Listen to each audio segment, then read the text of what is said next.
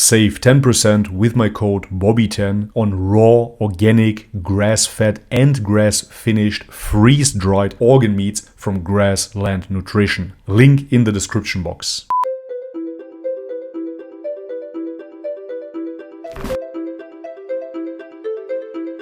Alright guys, welcome back to the channel. If you're new, my name is Bobby. Guys, first and foremost, thank you so much for the well wishes. Yes, I'm finally recovered. It was very tough, I have to say. 3 days completely knocked out with 40 degrees fever. After that, still fatigued, weakness, spinning head and whatnot. It was quite horrific, but now I'm doing better and finally I feel ready to react to our next video. Today we're going to react to the example of the mosquito by the people of Islam. I really love the Islamic perspective on nature and how nature proves that God exists ultimately. I believe that this is a very similar video. Let's have a look.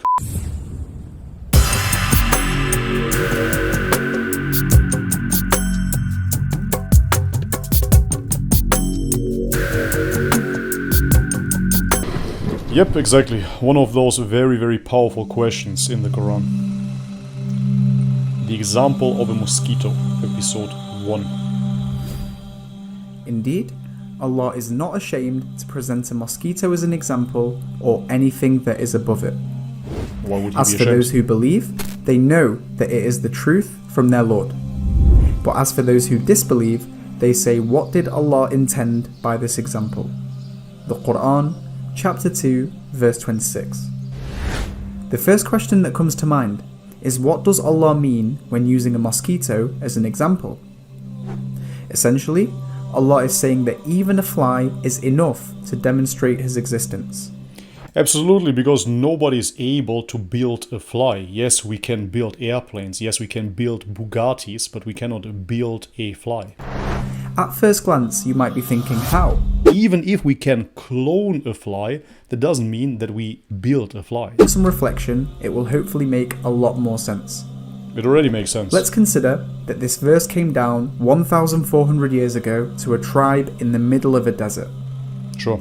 It is only in the last 200 years that science has made huge progress and knowledge has increased like never before. What we once thought was an insignificant little fly.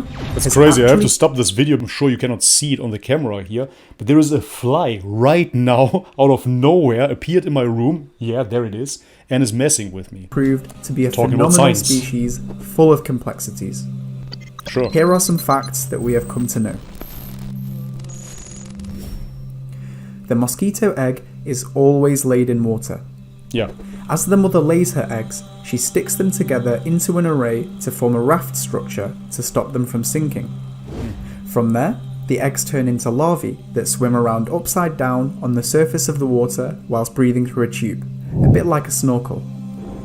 The larvae then turn into pupae and then break out as adults with the ability to fly instantly. That's why you always get bitten This next small to insect ponds. that has hatched is currently the deadliest animal in the world. Ever wondered why they have extremely fast reflexes? Well, that's because the mosquito has a pair of compound eyes. Each compound eye is made up of hundreds of mini eyes called lenses that curve around. Each lens takes an image at a different angle which its brain processes. For this reason, the mosquito can see almost everything happening around it at any given time without having to turn around.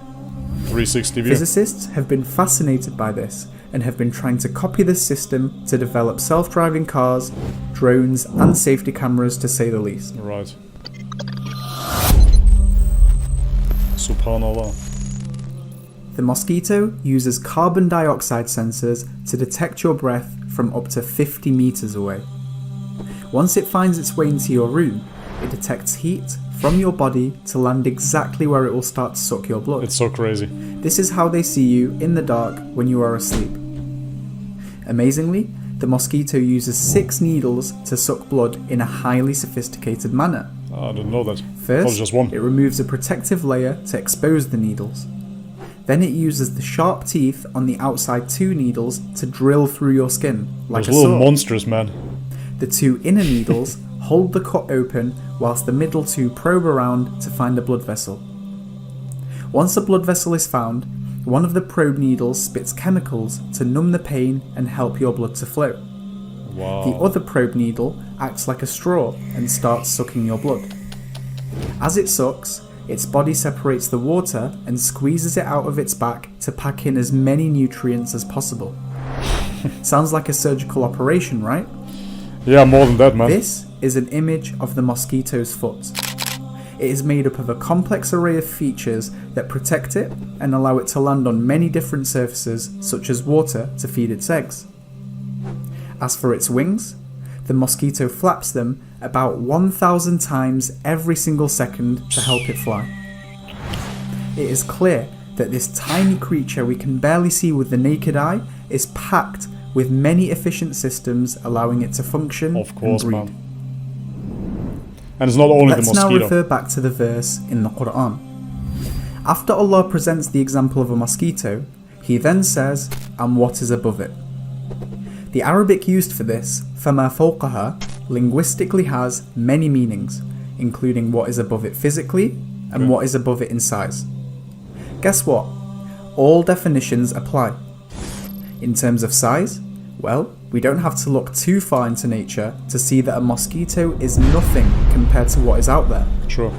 The universe is so complex, yet so perfect, that it is beyond human comprehension. What about above it physically? Well, scientists have discovered that some mosquitoes have tiny larval water mites that live above them as parasites. Parasites on mosquitoes. So those are the mosquitoes for the mosquitoes. Allah continues the verse and says, "As for those who believe, they know that it is the truth from their Lord." Yeah, See, as Muslims, we believe that everything around us screams the existence of a creator. Yeah. In fact, 100%.